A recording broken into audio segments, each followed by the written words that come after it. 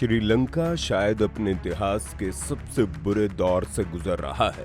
हालात वहां पर ये है कि वहां पर लोगों का रहना और खाना तो छोड़िए, जीना मुश्किल हो गया है। पेट्रोल पंप पर लंबी लंबी लाइन, खाने के लाले, बीमारी ठीक करने के लिए दवाइयों का न मिल पाना अब वहां पर आम हो चुका है। इसलिए सरकार विरोधी प्रदर्शन हो रहे थे। ऐसे हालात में भारत ने हर तरीके से श्रीलंका की मदद की है। क्रेडिट लाइन से लेकर खाने पीने के सामान और डीजल पेट्रोल देने तक भारत पीछे नहीं हटा। अब अगर पिछले कुछ सालों को देखें तो श्रीलंका की आर्थिक मदद चीन करता आया है। वैसे उसे मदद कम और धोखा ही कहा जा सकता है। वो कैसे, आपको आगे बताएंगे। लेकिन एक्सपर्ट्स बोल रहे हैं कि भारत ने यहाँ पर मदद के नाम पर वो नहला फेंका है जिसका जवाब चीन के पास नहीं है, और अब वो श्रीलंका में चीन से ज्यादा हावी हो गया है।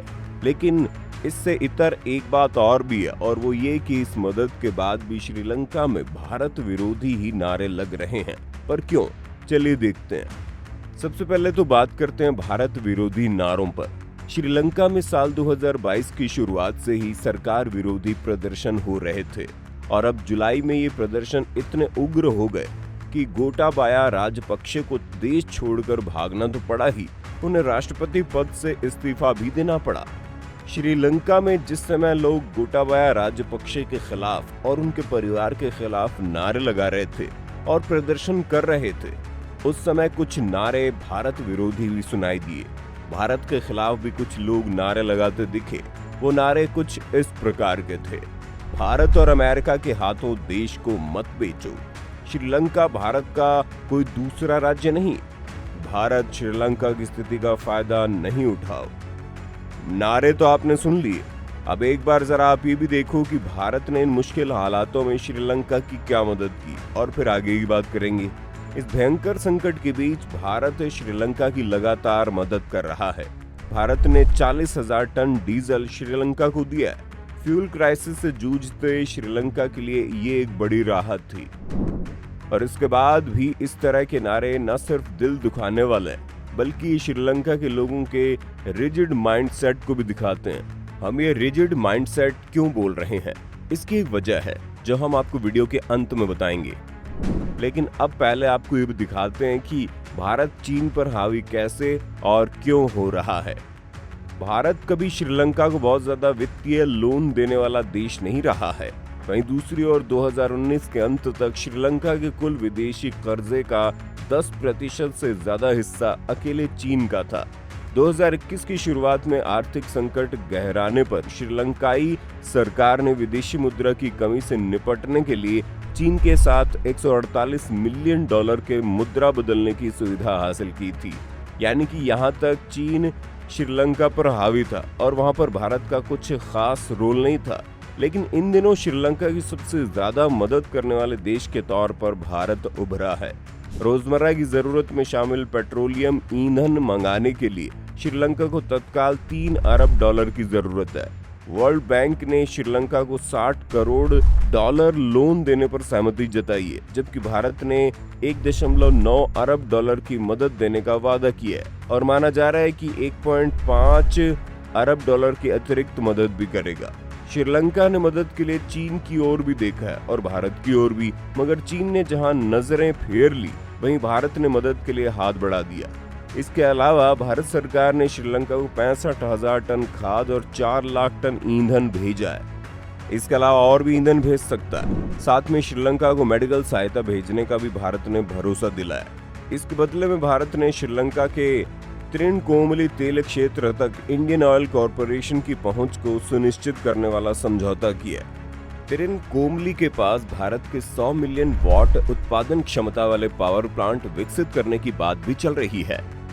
अब ऐसे में भारत की मदद को श्रीलंका और चीन के आपसी संबंधों के चलते संदेश से देखा जा रहा है।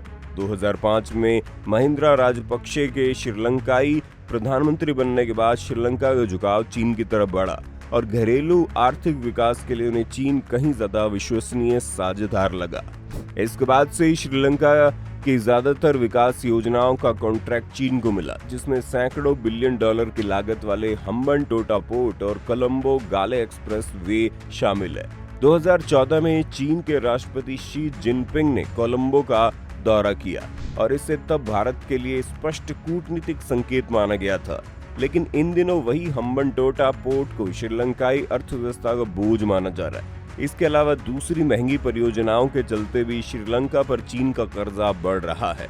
कोलंबो गॉल फेस ग्रीन इलाके में चल रहे सरकार विरोधी प्रदर्शनों में शामिल लोगों को लगता है कि देश की मौजूदा स्थिति के लिए ये परियोजनाएं जिम्मेदार है। फिलहाल श्रीलंका पर चीन का 6.5 अरब डॉलर का कर्ज है, जिसे नए सिरे से व्यवस्थित करने को लेकर दोनों देशों में बातचीत चल रही है। अब आगे चीन क्या करता है ये तो वक्त ही बताएगा, पर यहाँ पर भारत ने न सिर्फ चीन पर कूटनीतिक जीत हासिल की है, बल्कि वो 100 मिलियन वॉट उत्पादन क्षमता वाले पावर प्लांट प्रोजेक्ट को भी ले आया है। अब वापस आते हैं भारत विरोधी नारों पर। एक और जहाँ श्रीलंका के संदर्भ में बहुत से लोग भारत को बड़े भाई वाली भूमिका में दिखते हैं, वहीं एक बड़ा वर्ग ऐसा भी है जो श्रीलंका के मामले में भारत की भूमिका पर संदेह करता है। पिछले कुछ सालों में सिंगला राष्ट्रवादियों और वामपंथी दलों ने कई बार भारत विरोधी प्रदर्शन का नेतृत्व किया है, लेकिन मौजूदा समय में जबकि श्रीलंका बीते कुछ महीनों में ऐतिहासिक रूप से संकट से घिरा, तो उसने भारत का रुख किया। और इस बात को नजरअंदाज नहीं किया जा सकता कि भारत की सरकार ने श्रीलंका की वित्तीय सहायता भी की। इस मदद के बाद श्रीलंका की एक बड़ी आबादी भारत को एक बड़े भाई के रूप में देख रही है। जो बची हुई आबादी है, अब धीरे धीरे उसकी भी धारणा भारत की ओर बदल रही है। अगर आपको श्रीलंका और भारत के बीच आई दूरी का इतिहास और डिटेल जाननी है, समझनी है, तो आप हमारे चैनल पर मौजूद इसकी एक पूरी वीडियो देख सकते हैं।